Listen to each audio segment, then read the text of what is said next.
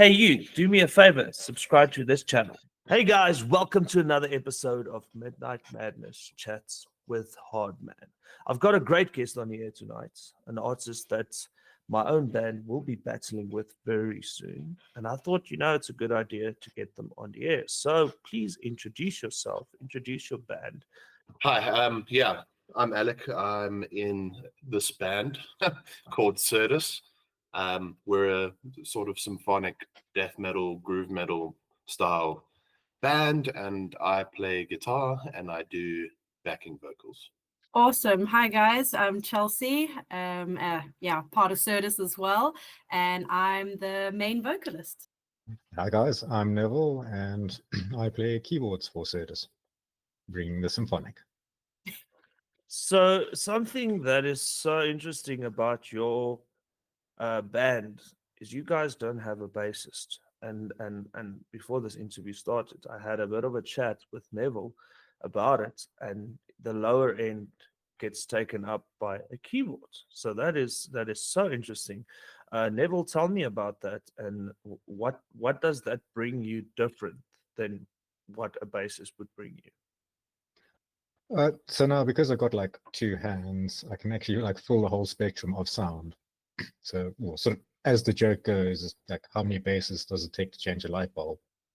The answer is none. The keyboardist can do it with the left hand. I love that bassist joke right off the bat. There's been a very nice growth in the music industry from female vocalists, sort of rising and conquering. I myself have been listening to some new bands with some amazing female vocalists.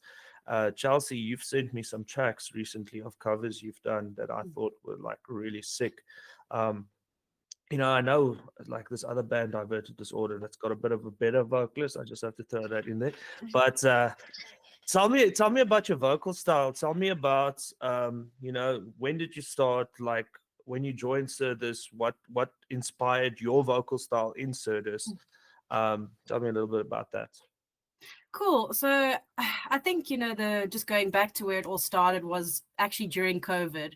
I've always listened to how Alec does vocals, and I've always loved that clarity that he has. Because sometimes, vocals can be, although I love the guttural, almost animalistic sounds, you get the typical, how do you know what they're even saying? So I've always loved the fact that, Alec's style of death metal vocals, etc. Like I can actually hear what he's saying. I thought, I'm quite keen to try it. There's not many. It's obviously grown substantially since 2020, but back then there weren't a lot of female vocals, harsh vocals. So I thought, let me give it a try.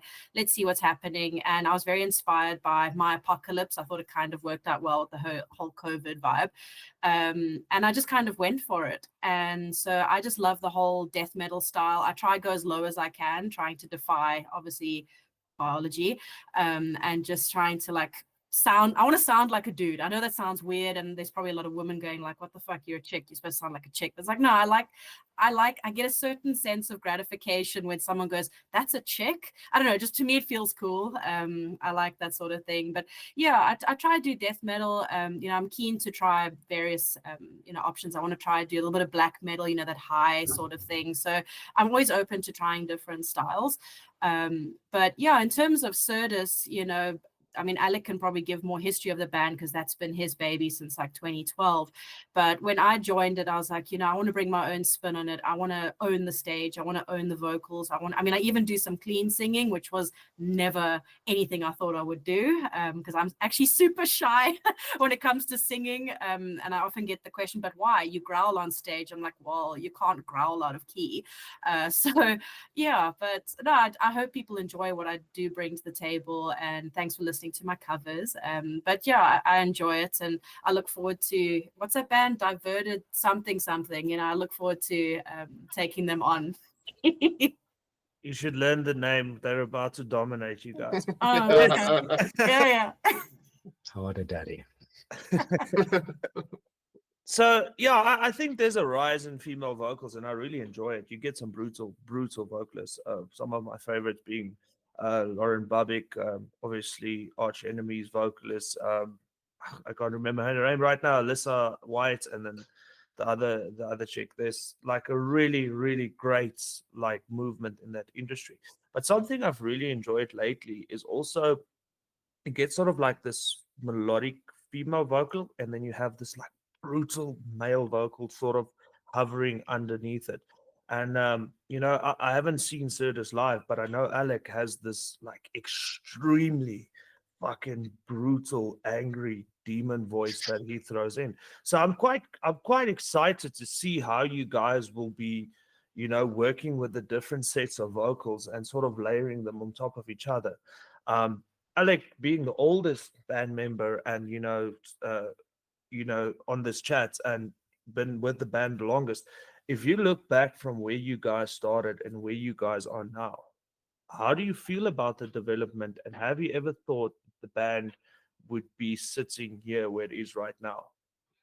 Sure, that's quite a hectic question. I think I'm surprised that it's still going, if that makes sense. Like you start something when you're in your early 20s, you don't know how long you're going to do it for. You hope, obviously, that you'll do it for as long as possible, but we've had some ups and downs in terms of style change and members leaving and then members rejoining and then members leaving. So we've had like the usual drama for a band that's been in the scene for as long as we have. So yeah, we started in 2012, and I was invited to play guitar and do vocals for this band by a friend in university named John Tintinger, and he told me he was going to be the drummer. And I rock up to the first band practice, and there's a different drummer, and he's holding a microphone, and I was like, "Hey, I'm confused."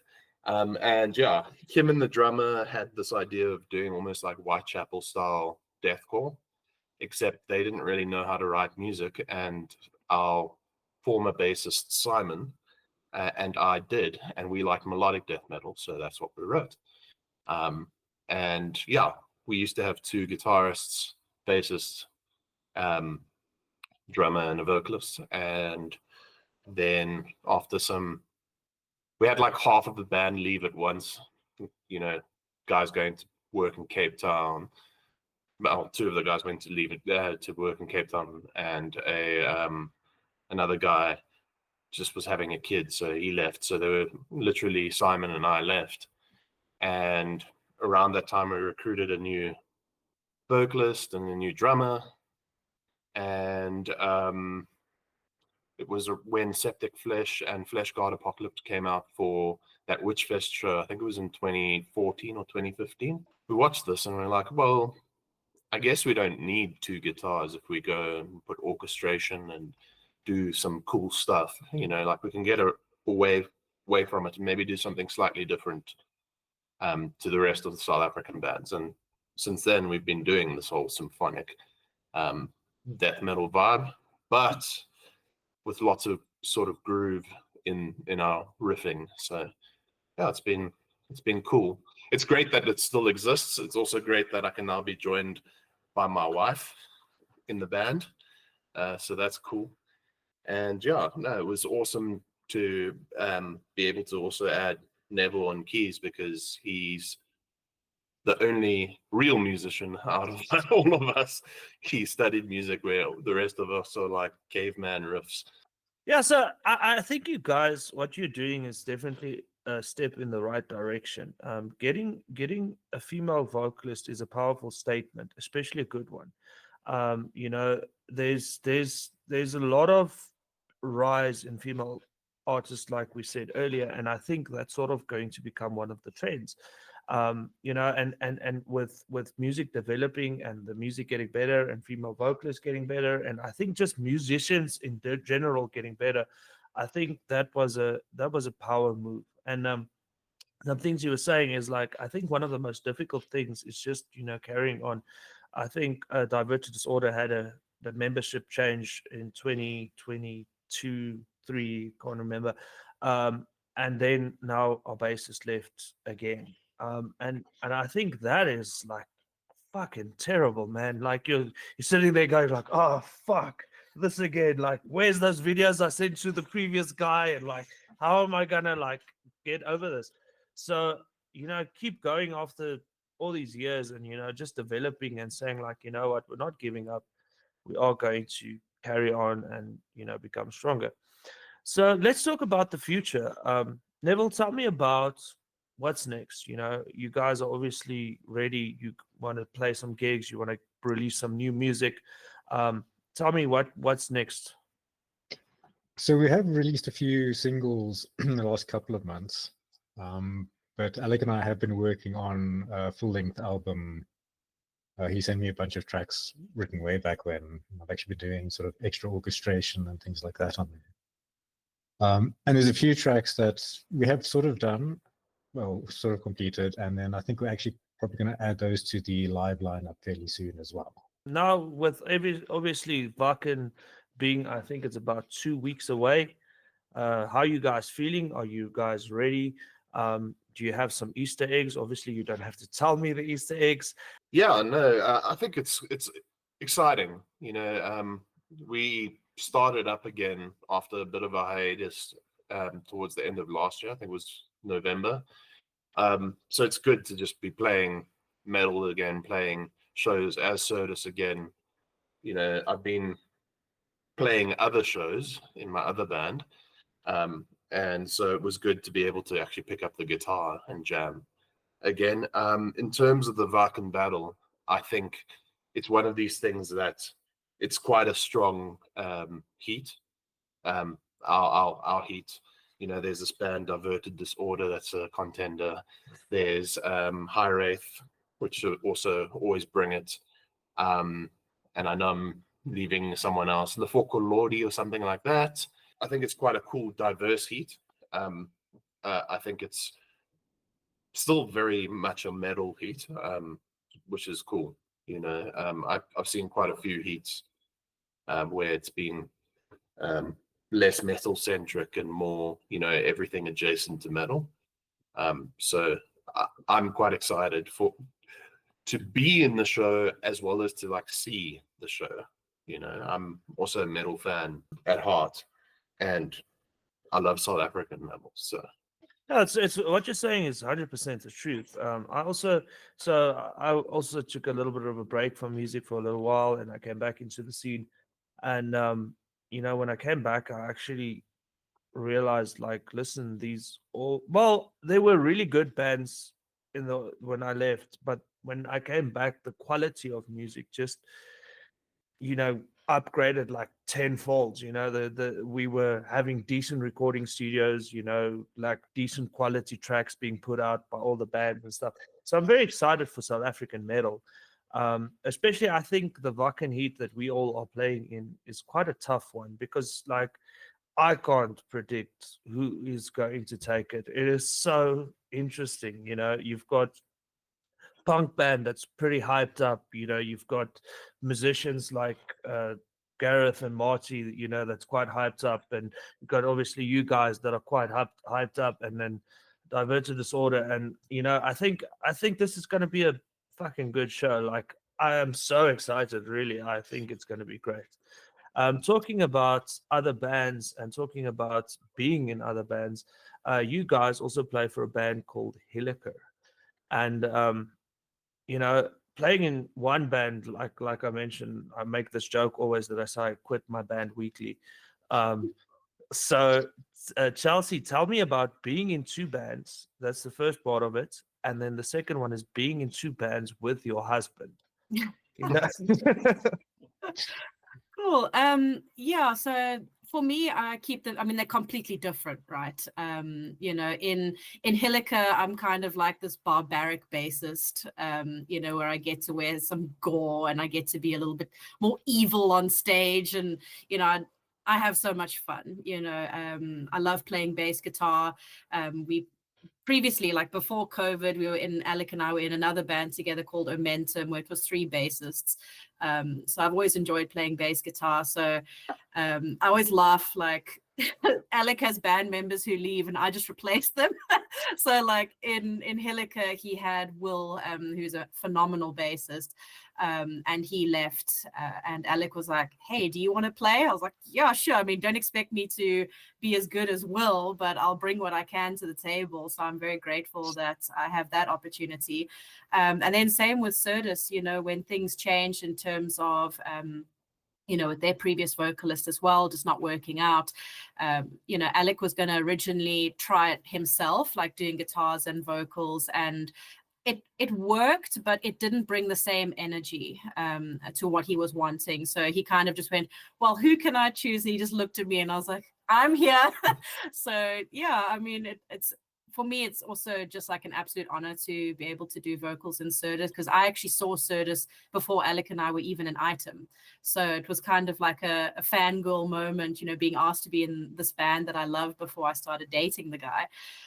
So fast forward like nearly 12 years later, it's really epic to be in that. And then in terms of, so I mean, yeah, just to go back and forth a little bit. So with your first question about being in two bands, it can get hectic, you know, in terms of making sure schedules align and stuff. But I mean, that's what I'm there for. I kind of make sure that everything is, I've got calendars and all that shit to make sure everything's in order. But I love it. Don't know if I'd be able to join another band full time, but I'm not going to leave that as a definite no. You never know what's going to happen in the future, but always happy to do collabs and stuff. I absolutely love it. And in terms of the second question, you know, my mom always makes a joke like, you can do these things, you can be in these bands as long as Alec is there.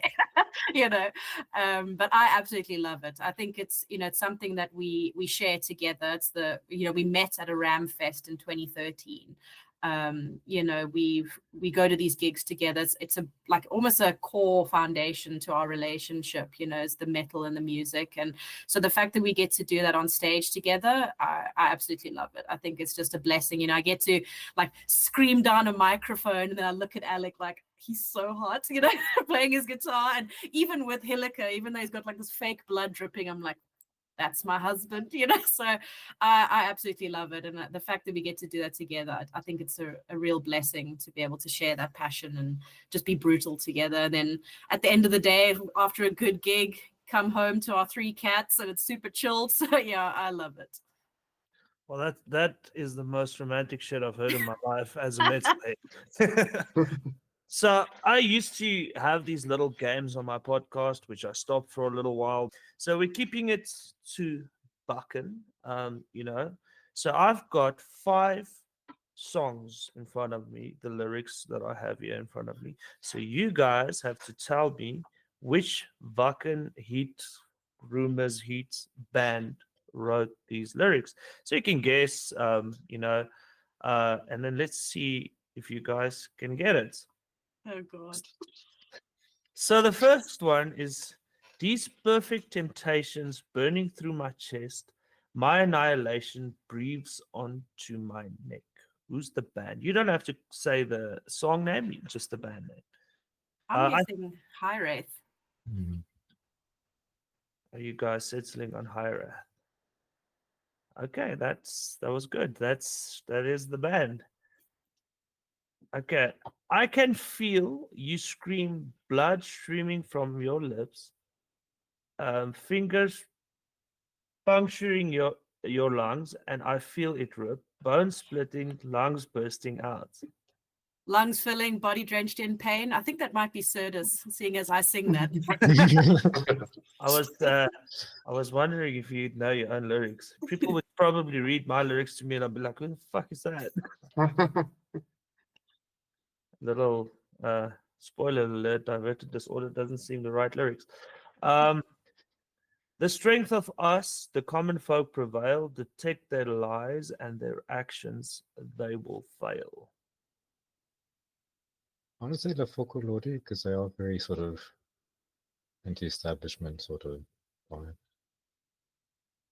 Yeah, I'll go with what Neville says there. It's either you guys or Lefoco Lordi, but with Neville giving that insight, then I'll say Lefoco Lordi as well. So that is the ultimate serpent queen from Diverted Disorder. That is that's one of my favorite songs that we play, and it's so much fun. breakdowns, all that shit. Rubber up or take it off. I don't matter. What? It don't matter. You're getting laid. I'll hit you up and we can fuck. And we don't know each other's names. Who's that? That must be them. The Folklore, it's definitely not Surdus. Yeah, that's fucking brutal. But that is La Folklore. Okay. And then the last one, no blood on your feet. You don't even run. Can't escape your shadow if you don't weather the sun. That's us. Surdus. Awesome. So you guys know your own lyrics. Yes. I was hoping I could catch you there. That would be funny. So, coming back to Wacken and 2025 Wacken Heat at Rumors 4th of April. Is this your? I don't know because I haven't seen you guys on last year's circuit. Is this your guys' first Wacken Heat? No. Is it not? No. So back, we had a hiatus from late 2018 to late 2024. So it's quite a long hiatus. But before then, we played a couple of Wacken battles. We played as the melodic death metal incarnation of Surdus, and then we played as the symphonic version, but without Neville in the band. And yeah, I mean, back then there were some rules that weren't really publicized around, like orchestration kind of being almost like a no-no, like having the samples. But it was interesting because the year that we got punished by those rules, the year before us, a band that won the overall Wacken battle in Germany had orchestration. So it was like we didn't get like the updated rules in South Africa, which is fine. Like, I mean, it's like it's one of those things, right? It's something you experience. And I mean, we're always going to be a little bit behind the times, being so disconnected from the rest of the metal music world. So I do like the whole orchestra in the background type of vibe. So we also use that similar type of scene. We don't have a keyboardist in the band, so we do use backtracks and some evil violins and stuff like that. But I think it's very modern as well, and it gives a different taste to the music and things like that. But talking about influences, well, one of my personal influences being like something like Asking Alexandra, because I'm more into the not really death metal, but more like metalcore. I do listen to death metal, but I was very inspired by metalcore and everything. So, Neville, what inspired you to write certain melodic parts on the keyboard for Surdus? Okay. So I think I try to have as broad a view as possible with influences, because one of the things that my lecturer told me at university, because I wrote the one piece and he says, you listen to too much Beethoven, you need to stop doing that, because you could hear it in my writing.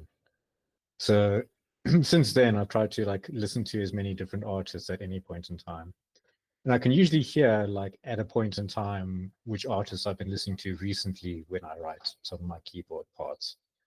So recently, guys that have been inspiring me a bit more is Assemble the Chariots and Lorna Shaw from last year. So those are the guys steering my compositional direction at the moment. Tell me about the guitar work that comes with that. So now you've got this sort of baseline, symphony happening. So with the guitaring and the guitaring style of the band, do you sort of try and challenge that symphonic part of it, or do you sort of flow together with it? Tell me a little bit about that. Yeah, so I think we definitely try to flow. I like also to keep it simple. I don't see the need to go overly complex with my guitar work. That might just be the excuse for not being the best metal guitarist in the world, but I'll use that as the sort of excuse. I do like the low end and extended range sort of guitars. I own more 7 strings than I own six strings, and that's because that's what I enjoy playing. Surdus actually tunes quite low. We tune to drop A. It's not genty boy tuning, but it's quite low for the style of music that we play. There's not a lot of melodic bands that play in drop A. It's usually kind of reserved for your caveman slammy boys, which we definitely are not. But also, I mean, we enjoy having like fast riffs and then immediately changing pace to like wide open choruses. Gives place for clean vocals or just like epic orchestration. Gives it room for the orchestration to shine. So yeah, I like keeping it simple, but definitely it's not like going to be a instrument battle between keys and guitars. It's there to complement each other. You're basically giving everything place to breathe and, sort of just complement each other. That's great. So we also try and do some like similar type of things, but we like sometimes have these like little battles in between the music where certain things like fight each other, but it's sort of like in a poetic sense. And just to comment on something you said, the reason why I play guitar and vocals, because if I'm cock at one, I'm like, but I'm doing two. So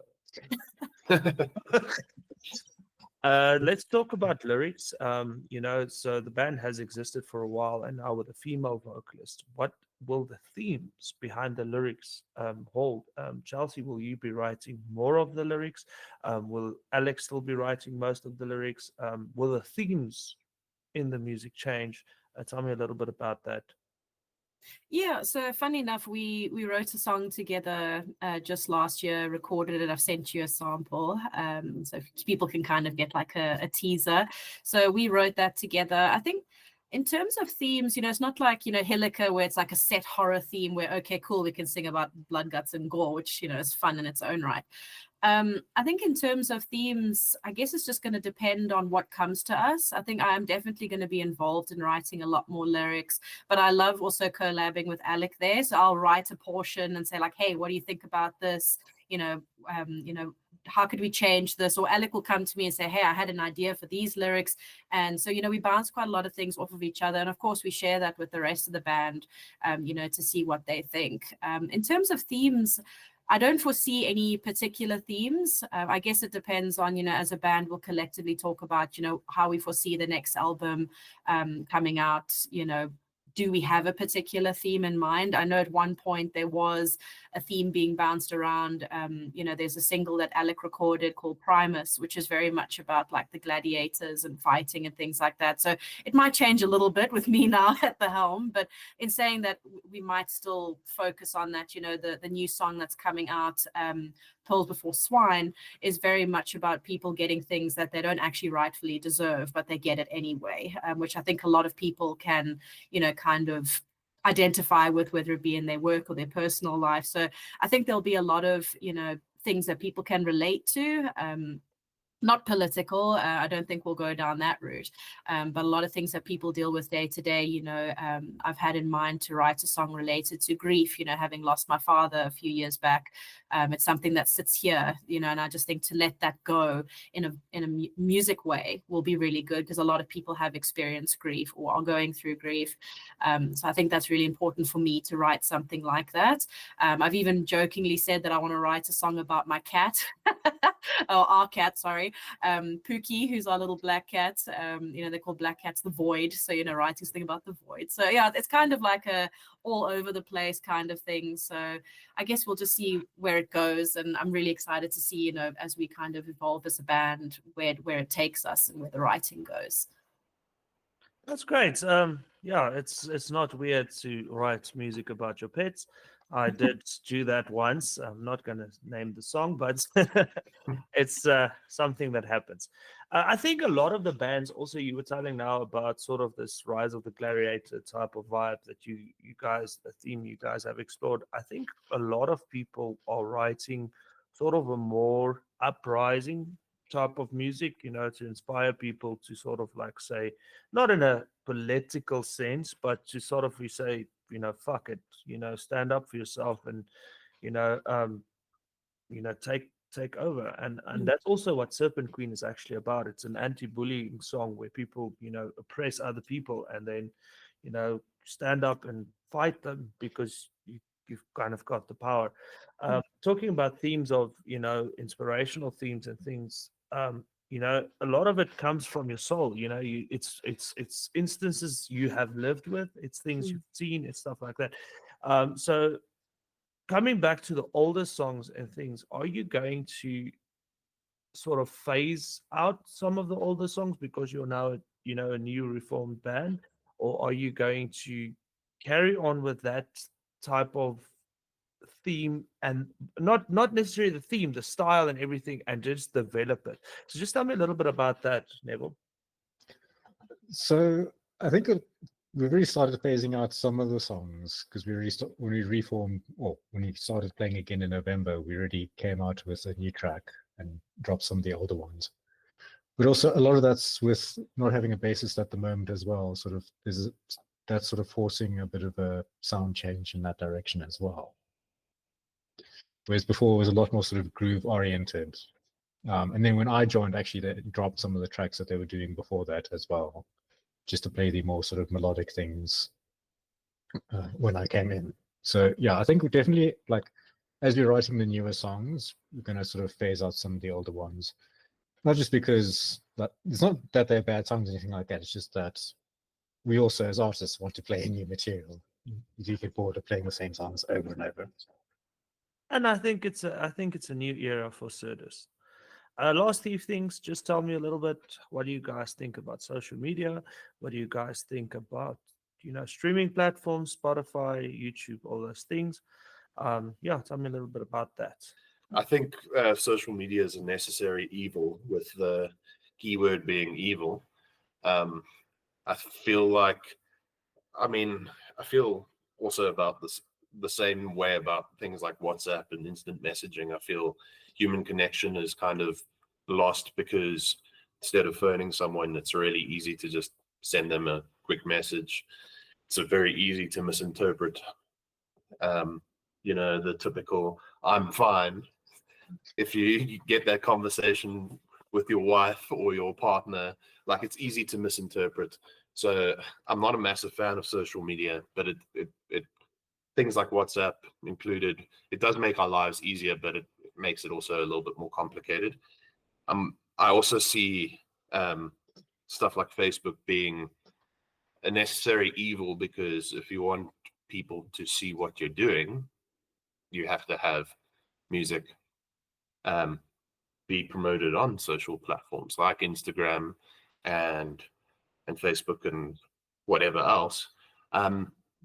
And I mean, Chelsea's great at the whole digital marketing thing, so she handles most of that. So I'll let her take a stab at this question after I've finished my soliloquy.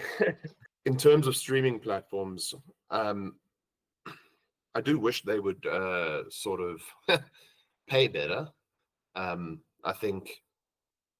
feel sorry for record labels these days, because I don't see like how they can actually turn a profit. No one really wants to buy physical media anymore. So, I mean, you invest a ton of money into a modern band, and your return on investment is substantially lower, because the tech giants like Spotify pay like fractions of a cent for streams. And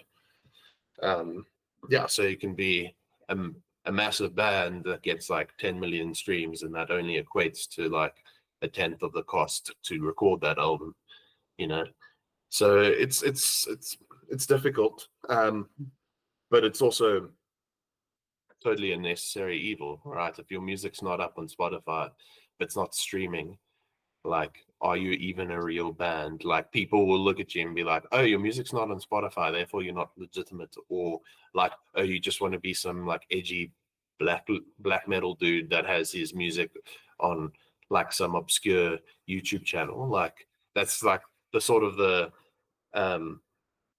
how people look at it. In terms of the business side of music, I mean, there's distributors like DistroKid that, you know, you have to pay a relatively steep yearly subscription per artist that you have in order to get your music out on there. And I see a lot of newer bands doing that, and knowing that I know that they'll never recover that yearly subscription, and then they have to keep paying that yearly subscription. It's not like they can pay for their album to go up and then it's up. So I would encourage any artist that's watching this to investigate other options. So shout out to the distributor I use. It's called Sepulchral Silence, and they just take a fixed fee. They take a commission off your streams, and which means if your obscure little album gets 10 streams, you're not paying 600 Rand a year to have this thing that generates literally a quarter of a US cent, you know. So yeah, anyone watching this, do your research before just going to DistroKid, because the guys that are pushing it, the massive YouTube artists, they're getting paid by DistroKid, and they have the audience to make it worth it. I'm hoping that DistroKid isn't the sponsor of this this podcast. Yeah, I mean, I won't get into the nitty gritties of the business side of it, because yeah, that's more Alec's strength.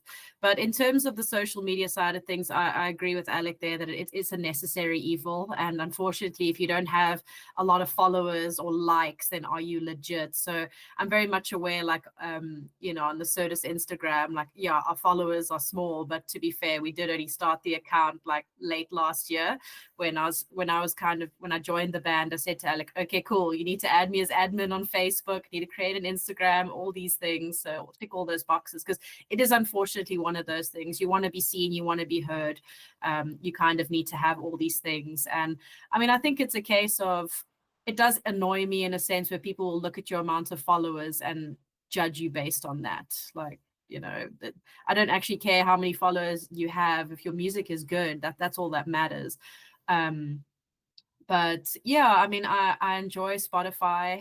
You know, it's very convenient, but I do feel sorry for artists. They definitely don't get paid enough. But yeah, I mean, in terms of the social media side of things, I do look after that. So I try and make sure that, you know, I like and follow and subscribe and all those things that you kind of have to do these days, and participate in certain meme wars as and when needed. But it's all good, clean fun. You know, I appreciate it. It's definitely one way to get the bands out there and get some hype around shows. And I think, yeah, what people are bringing to the table in terms of their social media advertising is really fun. You know, and bands put together those videos, and you know, I love doing those myself as well. It's a very basic tool that I use, but I thoroughly enjoy doing it. And yeah, I mean, I think as long as you keep it good, clean, and you know, wholesome, and just basically focus on what you need to, then yeah, it's no issue. I quite enjoy social media from that point of view. Me personally, I might post the occasional thing for myself, but otherwise 9 times out of 10, it's just to check band shit.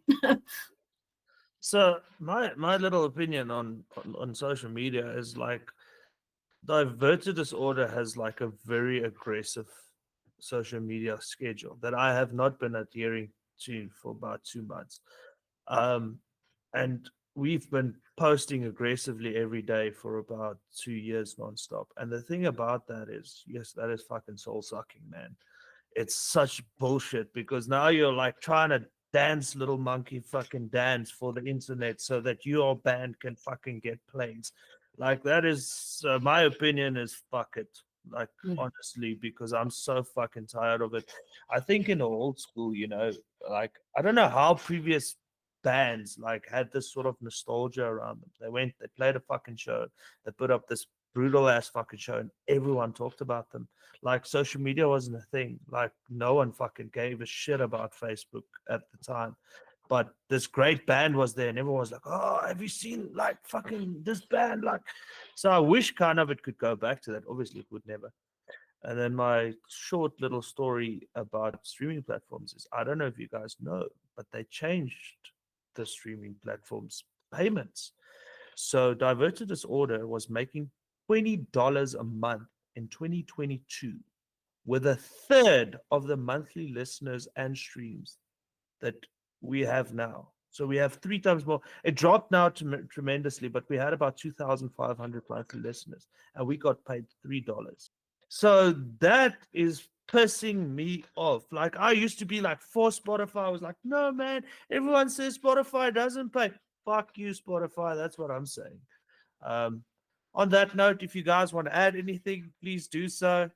I think the theme for the end of this message is fuck Spotify, but This segment was brought to you by Spotify. Yeah, I mean, I think just in terms of adding things, you'll definitely be seeing and hearing more from Surdus this year. I plan to, make my own mark in metal, not just as a female vocalist, but as a musician. So yeah, I hope people will come and watch us, listen to some of the old tracks, as well as, when we start introducing the new stuff. Like I said, I want to make Surdus my own thing. So yeah, I hope people come to the shows. I hope they'll come through to the heat. As we've mentioned, I think it's going to be a really epic heat. I think, it's not a case of, everyone can be like, oh, I've got it in the bag, but no, I think it is going to be a really awesome show. I think any band would be, deserving of it. Of course, we're going to give it everything that we can. But yeah, I'm really looking forward. I'm going to be very proud of whoever goes through. Of course, if we get it, that'll be epic, but I'll be very chuffed to see who takes the win a couple weeks from now. But yeah, just watch this space. Surdus is coming for you all. Yeah, then you get to play twice. Thank you guys so much for your time. I appreciate it. Until next time, I've been Hardman.